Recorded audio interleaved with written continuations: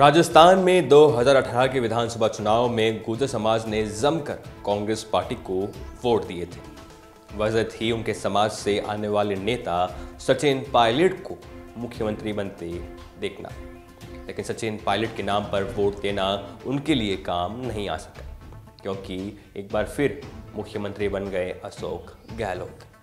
खैर, ये राजस्थान के बच्चे बच्चे को पता है। अब हम इस खबर का जिक्र क्यों कर रहे हैं, इसके पीछे भी एक वजह है। क्या है वो वजह, आपको बताते हैं। आप देख रहे हैं द फैक्ट इंडिया और मैं हूं आपके साथ मनीष गौड़। राजस्थान में 2023 के विधानसभा चुनाव होते हैं। गुर्जर समाज कांग्रेस पार्टी से नाराज था। क्यों था, मैंने शुरुआत में ही आपको बता दिया था।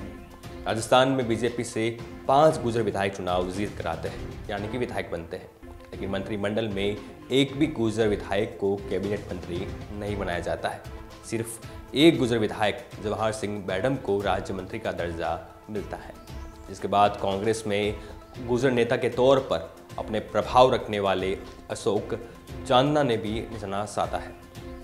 सोशल मीडिया प्लेटफॉर्म एक्स पर चांदना ने लिखा, आज भारतीय जनता पार्टी के मंत्रिमंडल की बनावट को देखकर मोदी जी का मालासेरी डूंगरी वाला 21 रुपये का लिफाफा फिर याद आ गया। बता दें कि चांदना गुर्जरों को तवज्जो नहीं मिलने से नाराजगी जाहिर कर रहे थे।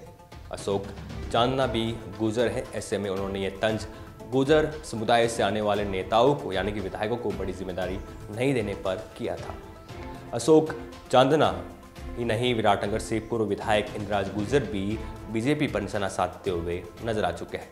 गुर्जर समाज ने जिस तरीके से राजस्थान में उनको मत दिया, इस बार भारी बहुमत से उनको मत दिया, उनको सिर्फ एक राज्य मंत्री दिया है और सिर्फ एक राज्य मंत्री।